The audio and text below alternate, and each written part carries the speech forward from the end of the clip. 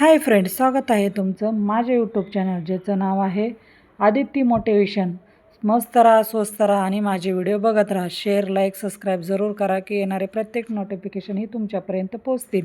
तुम्ही व्हिडिओ पाहत असाल तर मी 2-3 दिवस झालं अकलूजला गेलते गावाला.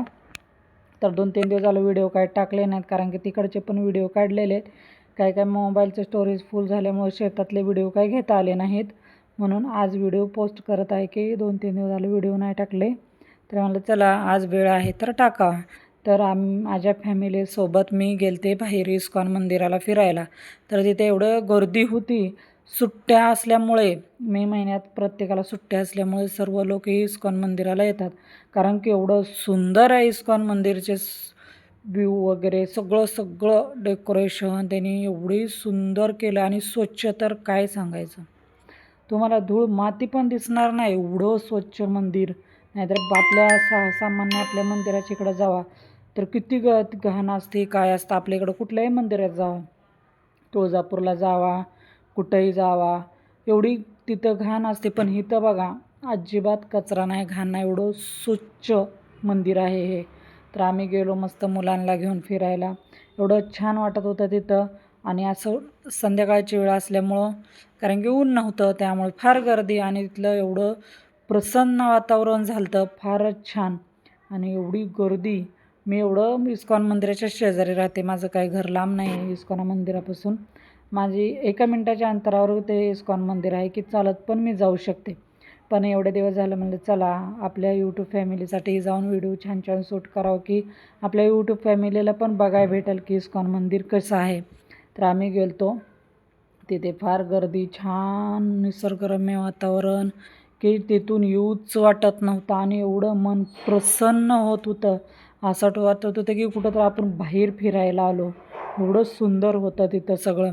आणि तिथली एवढी गर्दी बघून बाबा मी एवढी गर्दी इस्कॉन मंदिराला बरेचदा गेले, पण इस्कॉन मंदिराला काही गर्दी एवढी पाहिलेलीच नव्हती. हे असं मंदिर, कारंजा पाण्याची सगळं तिथं होतं. आणि तिथं पुढं गेल्यानंतर पण एवढी गर्दी. तिथं चप्पल ठेवायची पण व्यवस्थित त्यांनी छान सोय केली. इथं बघा जेवढं वजन असतं तेवढ्या वजनाचं तिथं अन्नदान करतात. इथं जेवढं त्या मुलाचं वजन त्या काट्यावर ठेवून तेवढं ते अन्नदान करतात तिथं. तर हा माणूस असा आडवा असल्यामुळे ते दिसलं नाही बघा. एका पारड्यात ते आणि एका पारड्यात हे होतं. आतमध्ये गेल्यानंतर पण फार गर्दी होते तिथं. आणि तिथं व्हिडिओ पण शूट करता येत नव्हता व्यवस्थित, कारण की गर्दीच फार.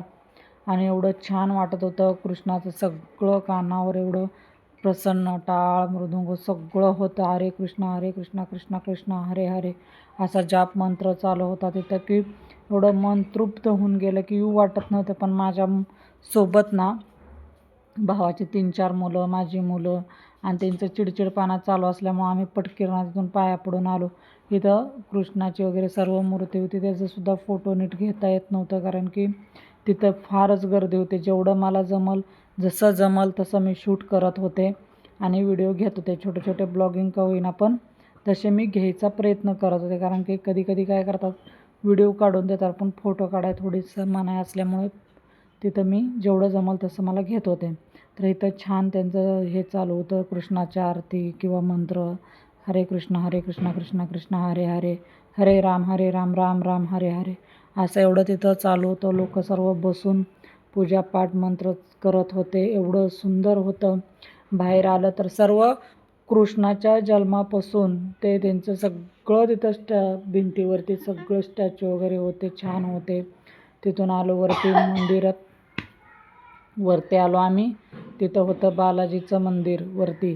तिथं पण खूप गर्दी होती आणि खरंच खूप एवढं छान आहे ना पुण्यातला व्ह्यू. माणसाने यावं तर तिथं बघायला. खरंच खूप छान वाटतं. एकदम मन प्रसन्न होऊन जातं आणि असं वाटतं की नाही का आपण कुठं तर बाहेर आलो आहे. भले आपण पुण्यातच आहे, पण तिथं गेलं असं फील होतं की थोडंसं कुठं तर आपण नाही का बाहेर आलो आहे. थोडं आपल्यासाठी वेळ काढून आलो आहे. खरंच आपण ना वेळ काढून बाहेर गेलं पाहिजे. शेवटी काम, जॉब, बिझनेस, लेकरं बाळं हे तर नेहमीच चालू राहतं. पण आपल्यासाठी वेळही काढलाच पाहिजे.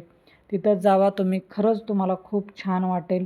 तुम्ही तर कोण गेलाच असाल, कारण की पुण्यात आहेत ते प्रत्येकजण हे जातातच तिथं. पण जे बाहेरचे आहेत ना, खरंच तुम्ही या.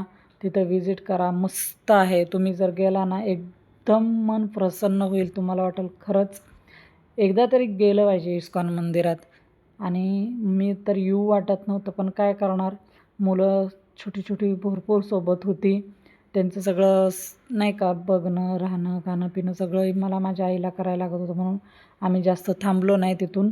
लगेच निघून आलो. मग आम्ही वरून सगळं नाही का व्हिडिओ काढला वरून मंदिरातनं. तर कसं वाटलं, लाईक, शेअर